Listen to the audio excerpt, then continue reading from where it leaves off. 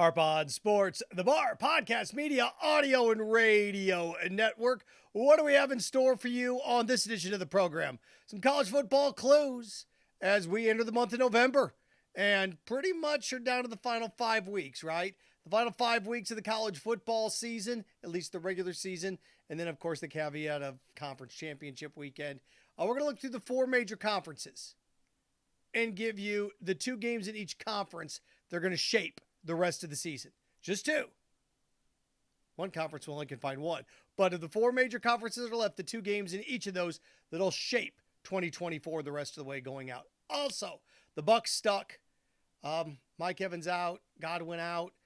Godwin going to be done for the year, of course. But Evans returning sometime in late November. Can they stay above water? Can they? The next month's going to be brutal. Got to win 1 game the next month. Is it possible? We're going to look at that. And also, Anthony Richardson returns for the Colts, the former Gator. Yikes. And I know everybody's out on pretty much Bryce Young at this point. How close are we with Anthony Richardson? He'll get a little longer leash, believe it or not, even though he wasn't a number 1 pick, but not good news for Anthony Richardson. And I'm going to tell you who he is in the NBA. I'll tell you who he is in other sports. So we'll look at that. Again, Harp on Sports, the Bar, podcast, media, audio, radio network. Follow, share, like, subscribe at Harp on Sports, Twitter, at Harp on Sports, Instagram. Harp on Sports, the auditory route, Buzzsprout, Spotify, Apple Podcast under the Harp on Sports, the Bar heading. Harp on Sports YouTube page. Harp on Sports, of course, Facebook page. And, of course, harponsports.com. College football. And, look, the way we look at it down the stretch, there's tons of big games. Anybody can beat anybody any given night. That's all great. But I wanted to go through here and start to poke and plug and find the games that are going to shape this sucker as we hit the month of November. And the ones that count, the ones that mean more, now that we kind of have an idea. Now, first comes first. I know we're going to have the first college football playoff poll coming out. I don't see how a team with 3 losses makes it unless they win their conference. And I don't know how a team with 3 losses is going to get into their conference championship game. I don't. Everybody's worried this is going to water this sucker down. Exact opposite has happened. The expansion of conferences has actually increased marquee matchups at the top and nothing but garbage the rest of the way. And I'll explain how this affects things going forward. I'm going to start off with this first. Let's start off with the ACC first just to prove my point. All right, if I sat here and told you the ACC, the 2 games are going to shape the rest of the year, you'd think Miami would be one of them. You'd be wrong. Miami doesn't play a ranked team the rest of the year. Miami's final 4 games are Duke, Georgia Tech, Wake Forest, Syracuse. Miami's not going to factor into shaping the ACC the rest of the year. The question is who's going to play them in the ACC championship game in Charlotte. There's another conference, actually there's 2 more conferences. Of the 4 conferences, 3 teams that are in first place right now don't play a ranked team the rest of the year. Of the 4 major conferences, there are 3 teams that are in first place right now that are undefeated that don't play a ranked team the rest of the year. Yowza. So look at this. Miami plays Duke, Georgia Tech, again, Wake, and Syracuse. They're going to run that 12-0. So the question is, in the ACC, what other games are going to determine who's going to play for this sucker in Charlotte? I've got coming up this weekend. See, the thing is, of the 4 major conferences, 2 games are this weekend. Pitt and SMU, November 2nd. Yeah, if SMU wins, SMU finds itself pretty much in the driver's seat to finish second in the conference. So Pitt, SMU this weekend at SMU. It's in Dallas. And then on November 16th, Clemson at Pitt. So if Pitt can somehow beat SMU, then the Clemson-Pitt game is a de facto elimination game to see who plays Miami. That's what the ACC is the rest of the year. Other conferences aren't that much better.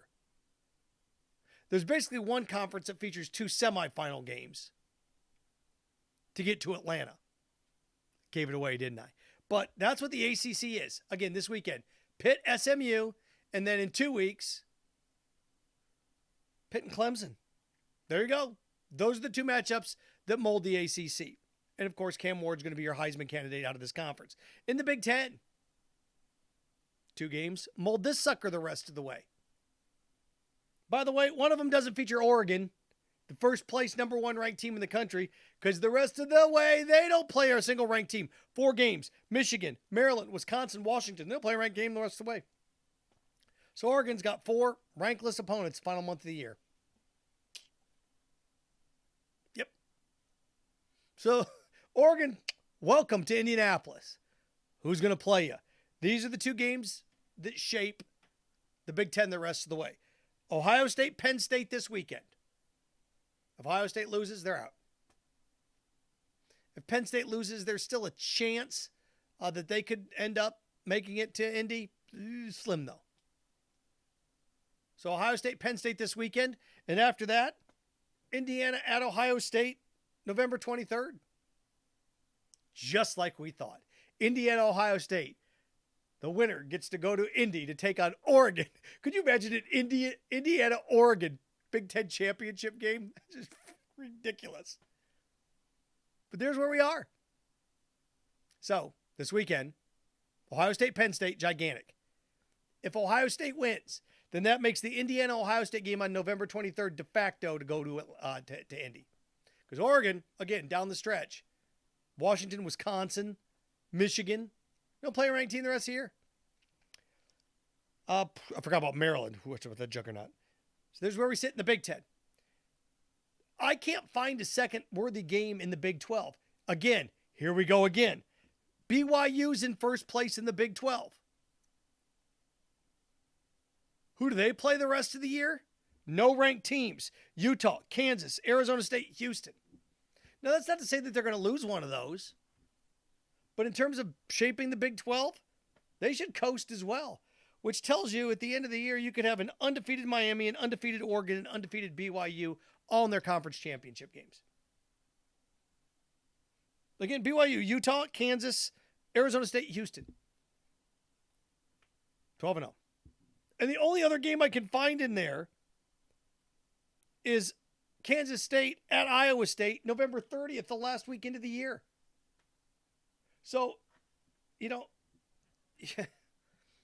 Iowa's undefeated. Kansas State has a loss. Kansas State's lost to Colorado. Colorado's got a loss. So if somehow Kansas State would beat Iowa State and Colorado runs the table, a lot of factors. But in terms of games that mold things, to me, I guess you could say BYU, Utah this weekend, the Holy War, I guess, if you really wanted to do it. But in the Big 12, Colorado should win. Colorado should win the rest of their games. Colorado should end up 10-2. Kansas State and Iowa State, November 30th, to see who plays an undefeated BYU. I don't see BYU losing to Utah, Kansas, Arizona State, or Houston. It'd have been a real interesting year if we had 4 teams. But this will solve a lot of it. We don't even know. See, at this point of the year, we usually have a bunch of drama. We don't even know what the drama is yet.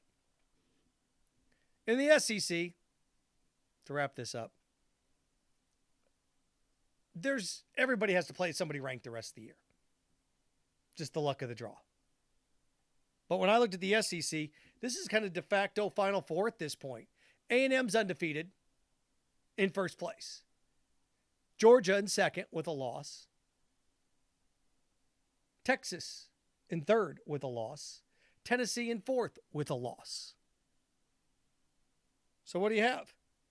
Well, you have Tennessee, Georgia coming up in 2 weeks. And at the end of the month, you have Texas A&M. De facto Final Four. I know Alabama's sitting there going, hey. I know LSU's still sitting there, hey, what? Ole Miss, hey. No. Barring any major miracles. And look, things happen. I get it. But the 2 games that'll shape the SEC,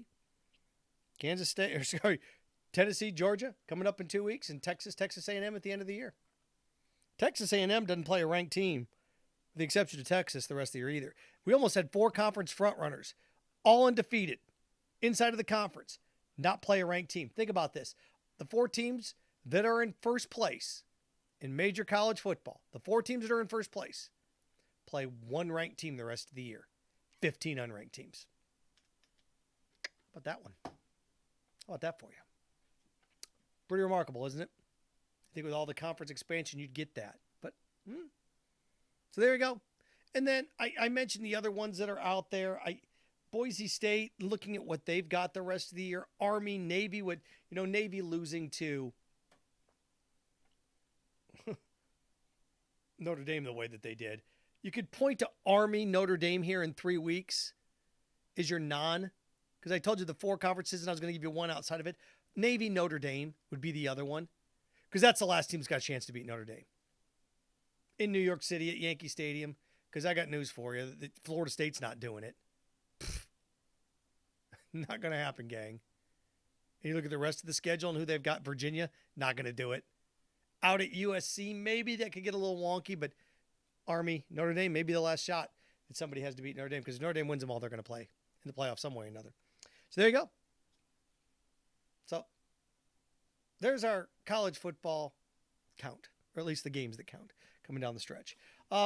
Speaking of football, the Bucs, oh boy. Baker Mayfield and company, yikes. That's why that loss in Atlanta a month ago was so big, or loss at home, because now the Falcons, without Chris Godwin, without Mike Evans, the Bucs just turned the ball over too much. I went through and looked. The Bucs last 4 games, they've given up 36, 27, 41, and 31 points. That's a ton of points, man. That's a ton. 130. What's my math here telling me? Think about that. 100 and over 140 points. So my math, yeah, over 140 points in 4 games in the NFL. You give up close to 140 points, you're gonna get worked.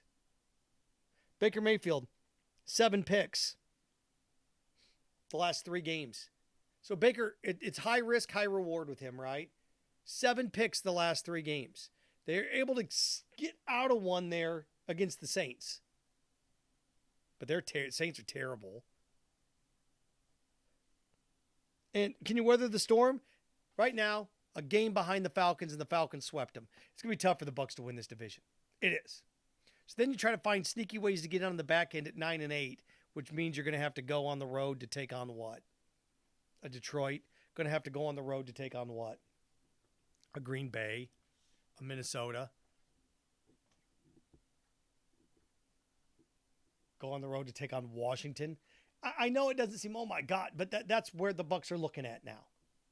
And I look at the schedule. That's if they're lucky. At 4-4, the next 2 are nightmares. The next 2 for the Bucs at Kansas City Monday night. A week from now, the Bucs have to go into Kansas City. Kansas City's played 4 of their last 5 games away from Arrowhead. And now the Bucs come in down 2 receivers. 4-5. Then the Niners at home. Look, you can still get away with losing these. That'd be 4 losses in a row. It'd put you at 4-6. And then you start to look down the stretch. Okay, how do we go 5-2 in our final 7? And that's where it gets tricky, because they got the Giants and the Panthers back-to-back road games. See, even if the Bucs lose the next 2, Chiefs, Niners, and 4-6.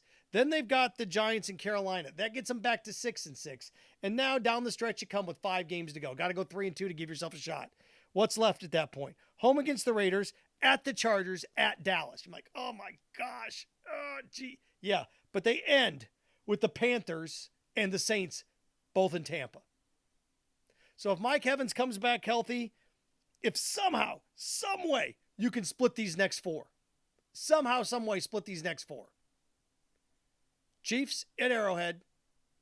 Niners at home. At Giants. At Carolina. So that Carolina's a win. Okay, got to find one of these next 3. Probably the Giants, right? Probably the Giants. Because if you can be 6-6 after that Panthers game, then you get Mike Evans back. You're home to the Raiders, at the Chargers, at Dallas, and then home to a couple.